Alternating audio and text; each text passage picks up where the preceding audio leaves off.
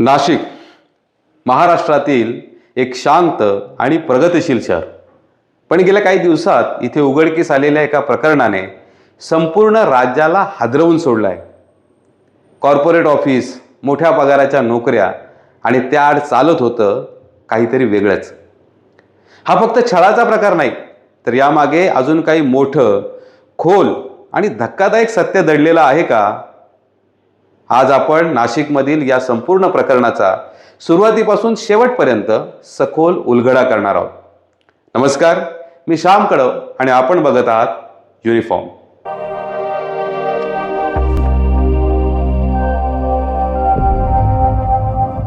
नाशिकमधील एका IT कंपनीत काम करणाऱ्या काही महिलांनी अचानक पोलिसांकडे धाव घेतली आणि हे प्रकरण उघडकीस आलं, ज्याचं नाव आहे कॉर्पोरेट जिहाद. जिहाद आपण बरेच ऐकले, पाहिले, परंतु हा जिहाद नव्याने उदयास आलेला आहे. जिहाद्यांची मानसिकता किती नीच पातळीवर जाऊ शकते याचा अंदाज लावण्याची देखील आता वेळ उरलेली नाही. महिलांच्या असहाय्यतेचा फायदा घेत त्यांच्यावर गेल्या 4 वर्षांपासून लैंगिक अत्याचार करण्यात येत होते. तसेच धर्मांतरणासाठी दबाव टाकला जात होता. नाशिक येथील या बहुराष्ट्रीय कंपनीत 2 विवाहित महिला आणि 6 तरुणी अशा 8 जणींचे लैंगिक शोषण केले जात होते. हा गैरप्रकार 2022 सालापासून सुरू होता. या संदर्भात या 8 महिलांनी एकत्रित येऊन तक्रार दाखल केली. सुरुवातीला हा प्रकार सामान्य वाद वाटत होता, पण जसजसा तक्रारी समोर येऊ लागल्या तसे या प्रकरणाचं स्वरूप पूर्णपणे बदललं. पोलिसांनी FIR नोंदवला आणि प्राथमिक तपास सुरू झाला. आणि मग एकामागून एक धक्कादायक आरोप समोर येऊ लागले. FIR मध्ये नोंदवलेले आरोप ऐकून तुम्हालाही धक्का बसेल. तक्रारदार महिलांच्या म्हणण्यानुसार त्यांच्या कंपनीमध्ये कार्यरत असणाऱ्या त्या हरामखोर जे मुसलमान कर्मचारी होते, ते महिलांना जबरदस्तीने धार्मिक कृती करण्यास सांगायचे. विशेषतः यामध्ये नमाज पठण करण्यासाठी दबाव टाकला जात होता. इतकंच नाही, तर हे हरामखोर बीफ खाण्यास भाग पाडायचे. जर एखाद्या महिलेने याला विरोध केला तर तिच्यावर मानसिक दबाव आणला जात होता.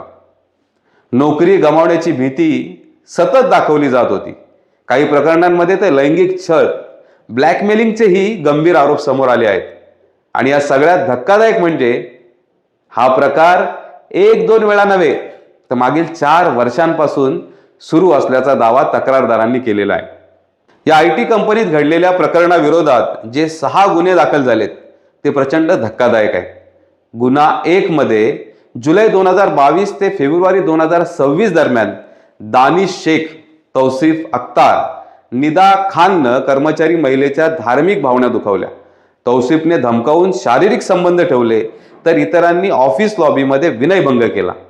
गुन्हा क्रमांक 2 मध्ये मे 2023 ते 19 मार्च 2026 या काळात रजा मेनन, शाहरुख कुरेशीनं ऑफिसमध्ये विनयभंग केला. कंपनीच्या HR विभागाकडे याची तक्रार करण्यात आली, पण HR अधिकाऱ्यांनी या दोघांच्या कृत्याला चिथावणी दिली. गुन्हा क्रमांक 3 नुसार शफी शेखने ऑफिसच्या मीटिंगमध्ये एकटक पाहून तिच्या वैयक्तिक आयुष्याबद्दल, संतती नसल्याबद्दल लज्जास्पद विधान केलं आणि जवळीक साधण्याचा प्रयत्न केला.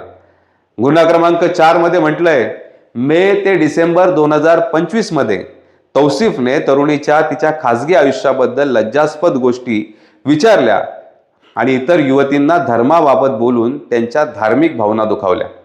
गुन्हा क्रमांक 5 नुसार तौसिफ अख्तार, दानिश शेख आणि रजा मेनन यांनी तरुणाला त्याच्या धर्मातील देवाबद्दल अपशब्द बोलून विशिष्ट धर्माचे धार्मिक विधी करायला सांगितले.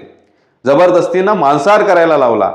त्याच्या धर्म परिवर्तनाचा प्रयत्न केला आणि त्याच्या धर्मातल्या महिलांबाबत अश्लील शेरेबाजी केली.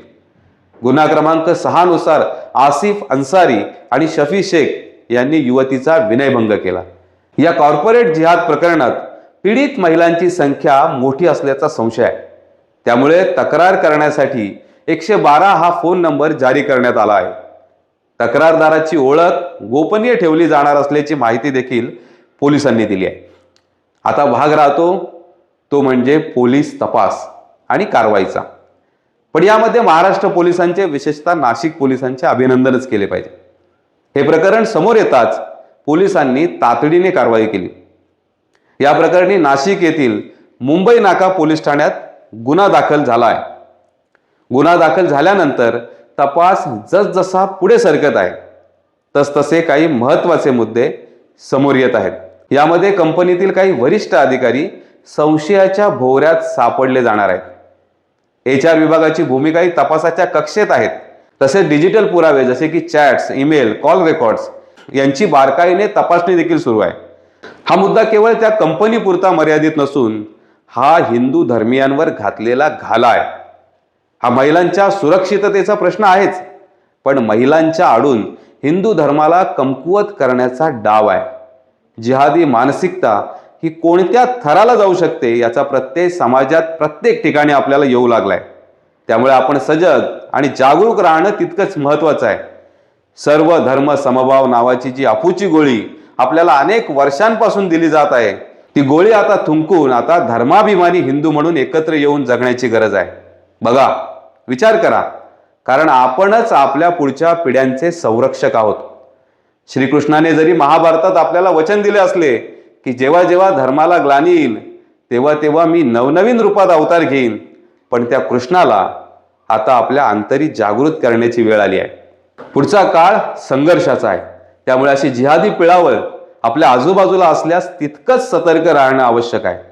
भाईचारा राखण्याच्या नादात आपणच चारा होत चाललो याचा देखील आपण गांभीर्याने विचार केला पाहिजे. एकाच धर्माचे दोन भाग असणारे शिया आणि सुन्नी कधीच भाऊ होऊ शकले नाही आणि आपण टिमक्या मिरवतोय हिंदू मुस्लिम भाऊ भाऊ. बंद करा ते सगळं. बघा, विचार करा, जर वेळ निघून गेली तर काळ घाला घालेल.